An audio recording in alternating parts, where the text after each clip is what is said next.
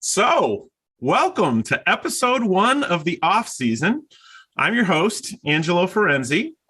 And if you're watching this, you probably are aware that I'm a relatively new director of Sandy Island Camp on Lake Winnipesaukee in Tuftonboro, New Hampshire. It's a job I took last year for the first time after being a long-time Sandy Island person. It just felt like when the opportunity presented itself to become director of that place, I jumped at it. I couldn't imagine a better place to raise my son, and it's a community that I love, and it's in my bones, and I know it's in the bones of a lot of other people. And what makes Sandy Island so special are the people. And so at one point, this idea came to my head of how can I keep the connections with people into the off season, into the period of time when we're not at Sandy Island during those precious 9.5 weeks every summer. And the idea for this podcast, the off season, was born. And I thought it'll be an opportunity to talk with so many interesting people from around Sandy Island and share the conversations and make them available to other people in the community who are interested in hearing about them. And so here we are with episode 1, and it brings me a great deal of pleasure to introduce somebody that it is likely, if you've been coming to Sandy Island for any period of time, you have seen on the island. Her name is Mary Driscoll, and Mary has been a fixture on Sandy Island for as long as I can remember. I started going in 1980 as a camper, and my first summer on staff was 1988, and Mary was there then. And I returned to staff. It's actually interesting. I joined staff in 1988 as a teenager. I did 4 years. My last summer was 1991. And then I returned 30 years later from 1991 for my first summer as director in 2021. And Mary was there for all along the way. And in that first summer,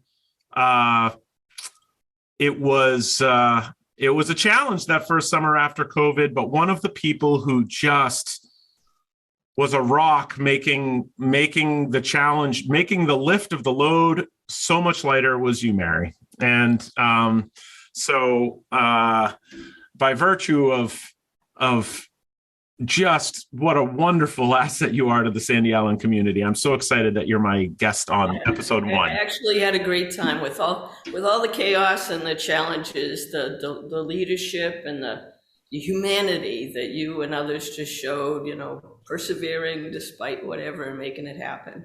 It was an honor. Thank you. And so anyway, so here's the idea. So the idea is that we do relatively quick 30-minute. I listen to some podcasts that go for 3-4 hours. This isn't one of those. We're thinking 30-40 minutes, and where we just get to know people from the community a little bit better. And so, Mary, you ready to give this a whirl and get started? Let's see what happens. All righty, let's do it. So question number 1 is, what is your Sandy Island origin story? How did you come to Sandy Island? So it's really kind of interesting. My mother, when she was single, took a ride on the mailboat around Lake Winnipesaukee. And back then, you could get off the mailboat and visit.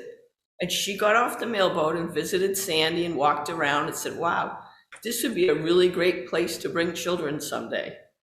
So later, when she was married, and my sister and I were old enough, they're out of diapers and out of trouble, she brought us there, and our family came for 1 week to see what it would be like.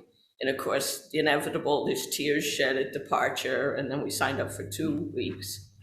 And, my parents didn't have a lot of money, so signing up for 2 weeks meant that they gave up all hopes of any other vacation or travel or anything.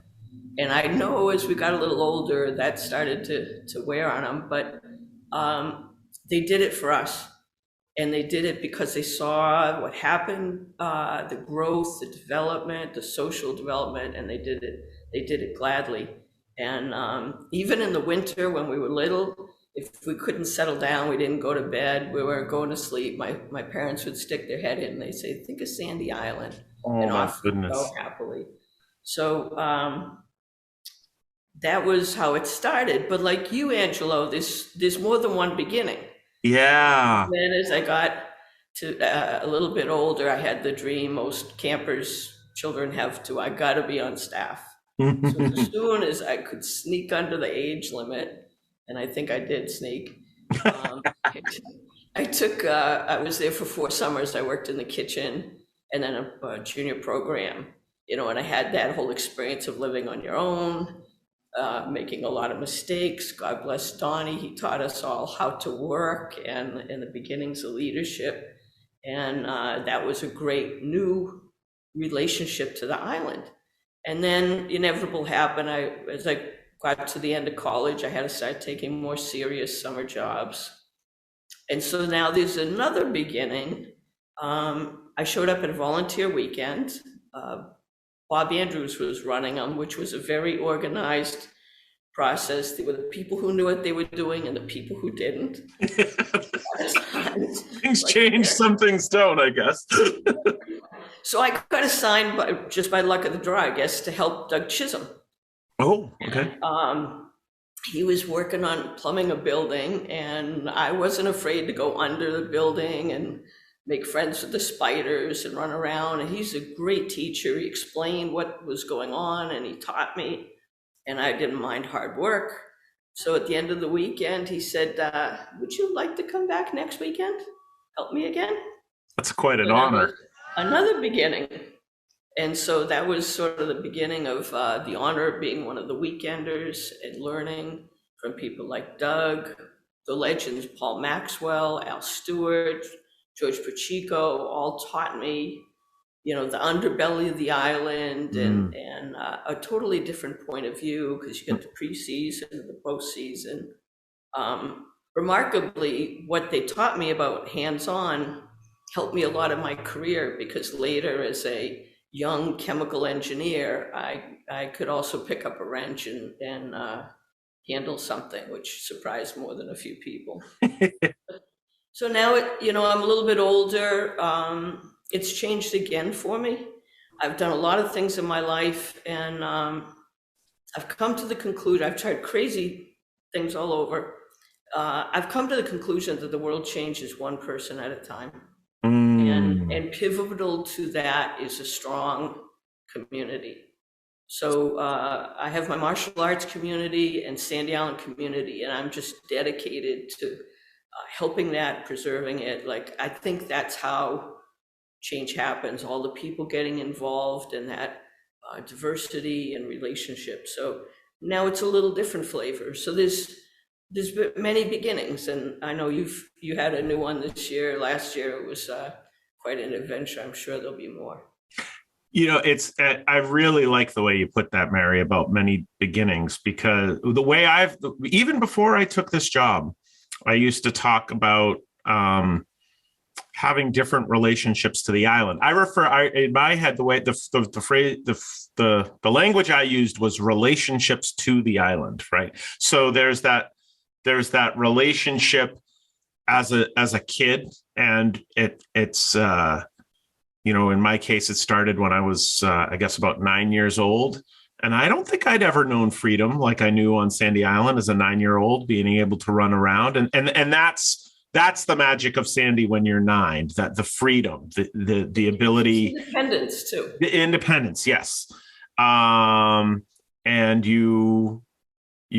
so that's, that's what I felt as a 9-year-old. And then, you get into early adolescence as a young teenager. And in my case, started to notice girls, and there's that aspect of going up there and seeing people. And then that's what drove me to want to be on staff.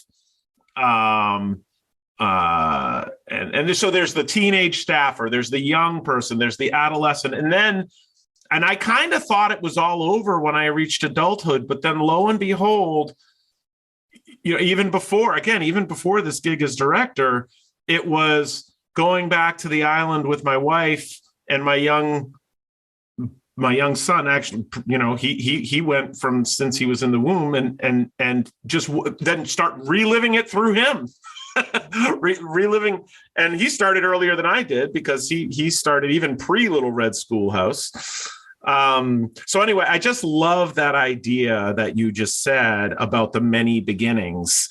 And it's true for lots of people in different ways. So thank you for putting that, Yeah, always an adventure. Yes. And so I had another question here about the off season, and you sort of started to touch on it. You're a chemical engineer. How do you spend your time in the off season?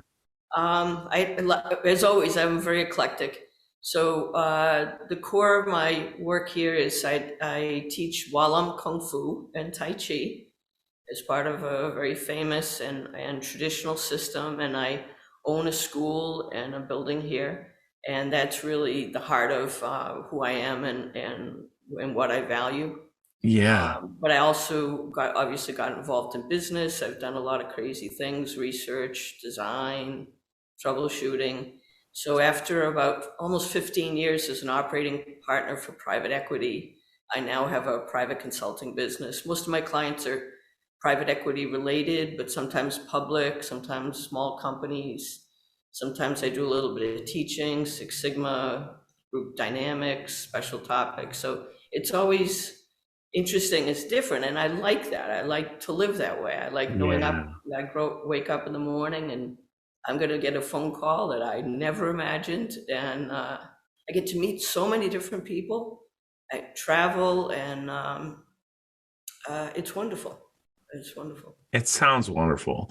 I also like the way you pointed out.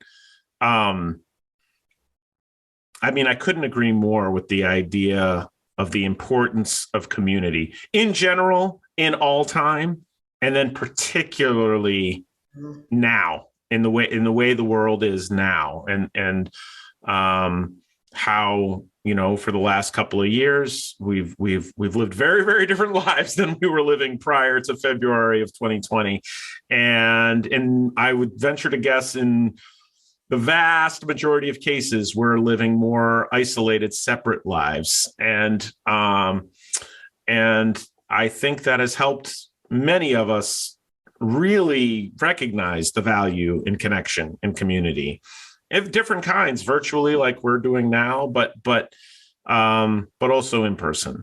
And so I can hear in your answers how important that is to you, and how Sandy Island is one of a few different communities that are important to you. And so that kind of leads into my next question. When you're trying, well, maybe I want to do this both ways, but the question that I had in mind was, when you're trying to describe Sandy Island, like what is Sandy Island to somebody either from the Kung Fu community or from your business community, how do you do it? What do you do? What do you do to capture what is Sandy Island? It depends on who I'm talking to. Yeah, So fair enough. I bring students from my Kung Fu community up there for a weekend. Mm. And when you start to say the word camp, you can just see the eyes go like, oh my God, do I need a mess kit? And so I call it camping for wimps. Yeah. I actually have PR stuff. I'll send it to you. It's pretty funny. When I try to explain to people all the activities, like you can go sailing, you can go play tennis. I finally just said, it's like a cruise ship tethered. There's stuff going on everywhere. I've talked with parents that are questioning sending their kids to become part of the staff. Yeah. When they inevitably have the questions of what kind of mischief are they going to get into? Are they safe? And I said, you're going to send them to college in another year. This is college with training wheels. There's caring adults. The staff is watching them. Yeah, they probably get into a little bit of mischief, but somebody is keeping an eye on them and making sure that they're safe. My mother used to say Sandy Island is the place where if a little kid comes out of the water shivering, someone will put a towel on him. God, I love that. I guess where I landed, to me, what's important is the community, but also nature. I think you can't take that out of it. So in a word, I would say, to me, it's wholesome. It's a really wholesome, and I mean it in the broadest sense, about good and healthy. Um, it's not just the place, it's the sitting on a porch talking with somebody till late at night, just visiting, the shared meals, the activities, the nature. I just think the only way I can describe it is as wholesome. And what's important is it attracts people who want that, right? It's not just that the experience is that way, but people who could very well be in a luxury resort that choose to come to Sandy and live in a bare cabin.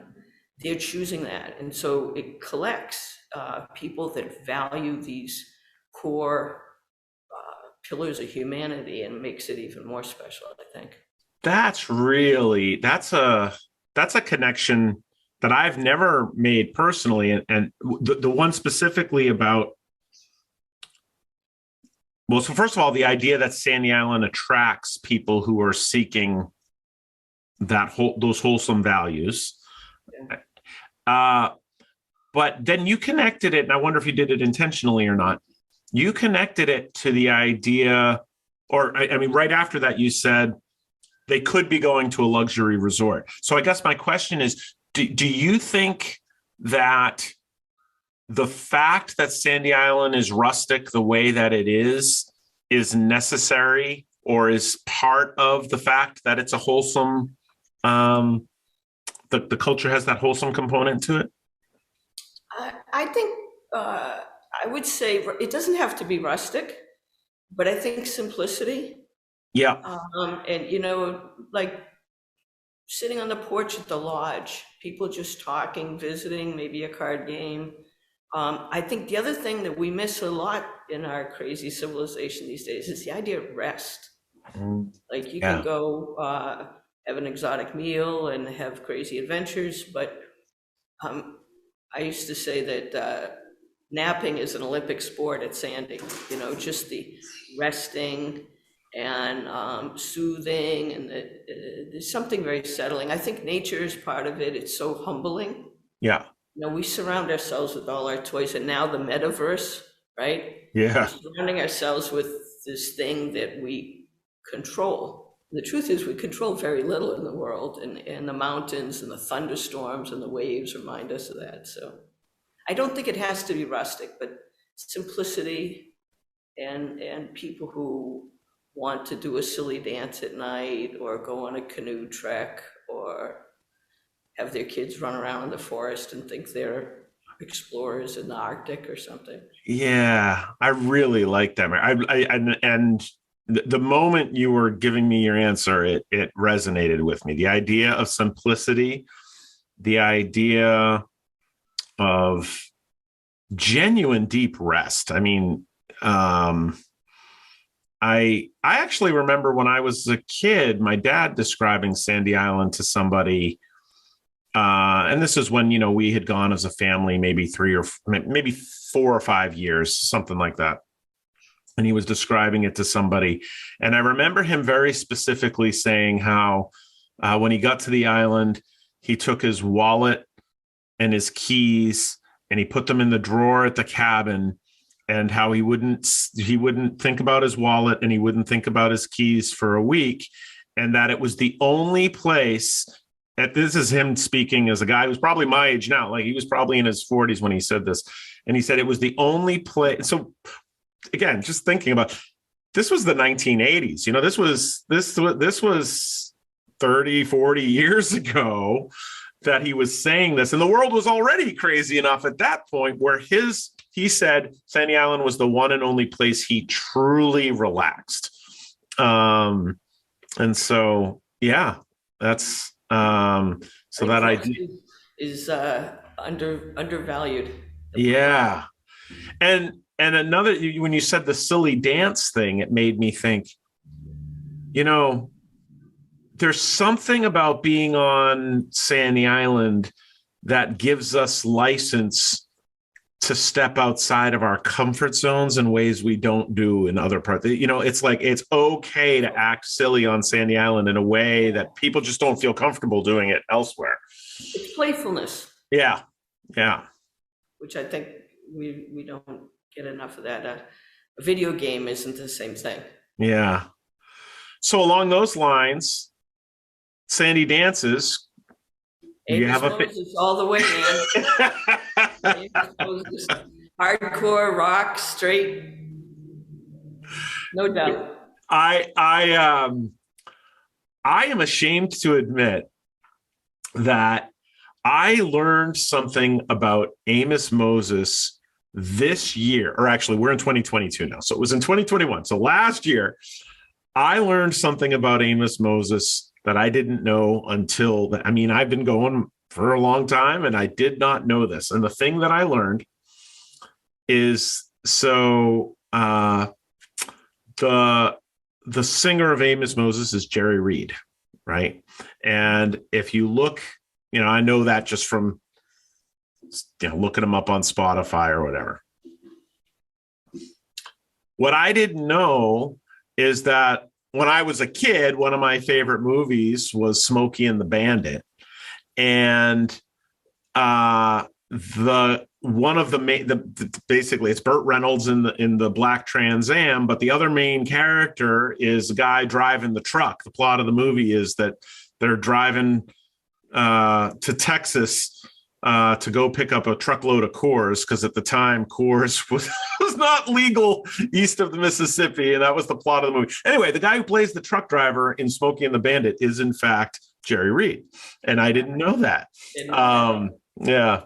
So anyway, because it was embarrassing for me, because those were two of my favorite things, and to not know that it was the same guy. Yeah. Yeah. So, I mean, maybe we've already touched on it, Mary, but is there one very specific Sandy Island memory that you'd like to share, or that comes to mind? Yeah, I thought about this. There's so many, but I think the thing that I would point out is there was a longtime campers, the Halpert family. Kurt Halpert was a contemporary of my parents, and was an engineer. He had this wonderful mixture of very thoughtful, deep wisdom and playfulness. And he saw something in me. I was very introverted, very shy. And this person that I didn't know very well came up and said, "Would you like to go sailing?" And I'm probably around 12 or something. Oh, wow. And Okay. I said, "Well, I don't know how." And he said, "Oh, come on, I'll show you." And he took me out in a sunfish, and in an engineering way explained all the forces and all the gadgets, and then let me run the boat. And God bless him, I probably came close to sinking it, I don't know. And then he did that with other things. For instance, one day I was like, "Well, would you like to go water skiing?" And what was really amazing was not that this person that I didn't know that well, I mean, my parents and family knew him, but I never had a real relationship with him.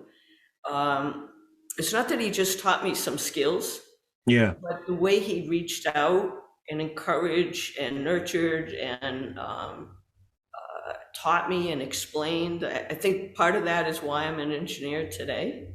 Wow. And yeah, his style was this wonderful synthesis of, really, really sharp and frisky and imaginative. And I think that's probably the best summary of part of what the experience is for me at Sandy, where all sorts of adults and campers, I mean, the staff is good and they're taught, there's a waterfront person who's trying to teach how to swim, but it's also the campers. They reach out, and there was so many people there that taught me something, took me on a little adventure, showed an interest in me.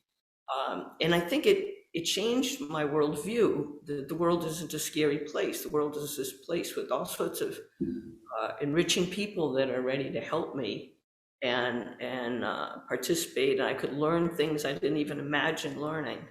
So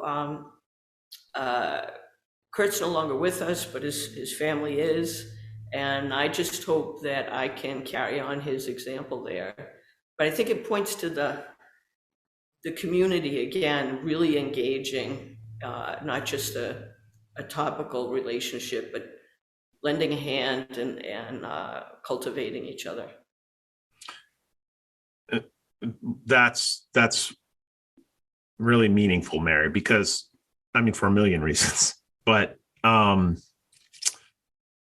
as you started to talk about that, I honestly, what I thought is, well, jeepers, Mary, you're describing yourself in terms of a wonderful, gentle, caring mentor. You know, I saw it so many times this summer, and I was blown away by it, honestly. So, and it didn't matter. You were a mentor to me. I stepped in as supposedly, you know, I'm coming in to take the reins of this place, and you had the perfect touch of just, here's the information you need. Information you don't. And I'm not gonna put on your plate the stuff that you might not be ready for.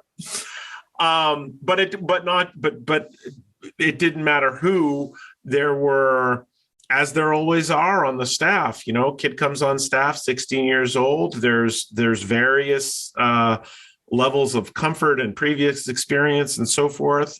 And so very fresh, young 16-year-olds, first time away from their parents, let alone first job, let alone doing it all summer. And so I'm getting some notifications on my computer here. So sorry, hopefully, I'm not sure. Anyway, and the serenity with which you explained and the patience with which you mentored both me and these kids on staff was truly special, Mary. And so you are, rest assured, you are carrying on that tradition. And I'll share just a quick little story. You weren't even there for it, but as I think about it, you had to have been central to this thing that I'm about to explain, having played out. And so again, if you know, Mary knows the systems of the island, I think, better than any other single human being, with the possible exception of Doug Chisholm. But of people currently coming to the island, or certainly people who were there last year, you know the systems of the island better than anybody. And so we've got the water systems, we've got the sewage systems, we've got the electrical systems, and Mary knows them all. And one of the new people on staff this year was my nephew, Ryan. Oh yeah, he was fun. And Ryan, you know, he wasn't 16, he was 18. So he's a little bit older, but his first time on staff. And I know him pretty well. He's my nephew, and he lives just a block away from me. Well, he's in college now, so he's not there all the time, but his folks live a block away from me. And suffice to say that I can assure you that at the beginning of last summer, Ryan didn't know a heck of a lot about water heaters. All right. I'm quite certain that he didn't, you know, study up on water heaters before he arrived to Sandy Island this summer. But so the thing that happened that I found very funny was I happened to be walking by the shop. And as I'm walking by, I heard this very spirited discussion about the right way to deal with a particular broken water heater. And you weren't there. Joe Fubel, our head of the service crew, was there, and Harry Stilfen, longtime mechanic, both very, you know, skilled, have been around the block as it relates to being a handyman. They both, you know, a lot of skill. And Ryan. And the three of them are having a very spirited discussion about whether or not this particular water heater needs to be replaced or just a component needs to be replaced and what's the right way to go about it. And Ryan is making, he doesn't have, as a human being, he's not a guy who, comes across with like strong opinions all the time unless he really, can back up those opinions. And he had very strong opinions about the right thing to do with this water heater. And it was so comical to me to think that in the few weeks that he had been on the island at that point, he had learned so much about the heating element and whether or not a heating element from this brand would fit in another brand. And he was speaking about it like he was an expert. And I know that the only way he acquired that level of knowledge on water heaters was because he had spent some time with you, Mary. He learned, and we were up in the attic of one of the staff buildings, and it was about 110, and we're sweating, and he was always the first to volunteer and jump in and help me, but he's also really smart, and he's got probably a technical future ahead of him, and he's going to engineering school, and and hopefully he'll be back next summer. Yeah. So I'm looking at the clock, and we're we have raced through this 30 minutes, but I got a couple of more quick questions I'd like to squeak in, and so the first one is, if you could add one amenity to Sandy Island, if you could add something to the island, what would it be? My incredible gratitude and praise to you on your first year of making great headway fixing the internet. Number 1, 2, 3, all the way to 20. Look, I don't go there to hang on the internet. That's not the point. Yeah. But as a member of a community, a couple communities, relationships are important. There's people count on me that if they reach out, I will get back to them, and I can help them with something, or I can learn about something. And it's been really hard over the years to be hanging out outside the office in the rain, trying to get a connection, trying to get an email, and because I want to take care of something and then get back to rest or whatever else I'm doing there. And so I would have put that at the top of any list, and you already accomplished. Oh, thank you. Well, I'll respond on that really quickly too, because it's funny that the concept of internet on Sandy Island was something, I'll admit, my personal opinion on the matter changed pretty dramatically from when I was a camper to when I entered this role. As a camper, I mean, I remember fondly, nostalgically, when I was on staff as a teenager, and there was one payphone, upstairs in the lodge, and then it moved to the new office building. And, I remember nostalgically, the line being 5 deep of staff waiting to get onto that one payphone, and the conversations that would happen in that line while you were waiting for people to get. And so, and I do believe that a certain aspect of what makes Sandy Island special is the disconnecting that goes on there. And so I have had fears about what it might do to the culture to make it connect in that way. But once I was on staff and I was there, and this summer started out and it was particularly bad, like worse than it even normally had been in the past few years in terms of the internet connection. And I had multiple emails, multiple phone calls daily in the weeks leading up to the summer, particularly this past year, with questions about COVID and what the policies were going to be and what the testing procedures were going to be and so on and so forth. And I literally could not answer the questions without an internet connection. Like the internet connection I had, it was just awful. I would start an email, I'd start to send it, but the internet connection would go down before the email got sent. It was truly awful. And so I realized that it was a basic utility that we needed. and yeah, it was a good thing. And you said hats off to me, but there were a lot of people who made that happen. Again, referring to Joe Fubel, he was crawling in mud under the lodge to get a cable run, and Nick saw Nick and Mike doing stuff too. Yeah. But I don't use the internet to hang on it. I use it to deal with emergencies so that then I can get back. No, and I will say that my from what I can see so far, my fears have not been realized. I do think that it can be used appropriately, and so I feel pretty good about it.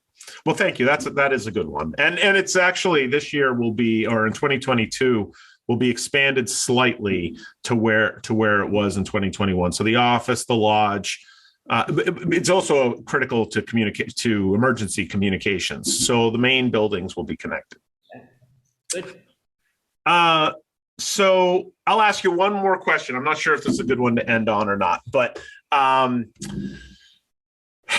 is there one thing about Sandy Island that everybody else in the Sandy community seems to love and hang on to, but for you, you're just not quite too sure about? So I actually do not enjoy the big sit-down dinners inside with all the announcements and all the noise. Yeah. I'd love to enjoy a meal with my friends somewhere and have a nice discussion and quiet exchange. But the havoc, the noise, the announcements in particular, not my thing. Gotcha. Well, I'm going to have to see, as I'm a part of those announcements, I'll see if I can do a better job for you. But anyway. I understand. Well, no, I get it. I'm an introvert. Yeah. Well, it's been a pleasure. This was fun for me, Mary. I really, really enjoyed talking to you. I think I shared with you, prior to hitting record that, a big goal of these podcasts for me is just for me to get to know people better. And you and I had a good number of interactions over the course of the summer, and they were cherished. I really have enjoyed it. But this was fun. I learned something, and that was the goal. And so thank you so much. And to anybody who's stuck around this long listening to us gabber on about Sandy Island, thank you as well. The plan is to keep going with many more episodes for for me to interview people from the Sandy Island community. You can reach out to me to suggest potential guests if you like. We can use my Sandy Island email address for that. It's Firenze, AFIRENZE at ymcaboston.org. And we'll put that in the show notes. And thank you, Mary. And thanks to everybody who you've done. I love your leadership. I love your executive skills are precious. And I look forward to another interesting year ahead. Hopefully not so much COVID fun. Well, that's a good note to end on. That's exactly right. An interesting year with less COVID involved. Thank you, Mary. Take care.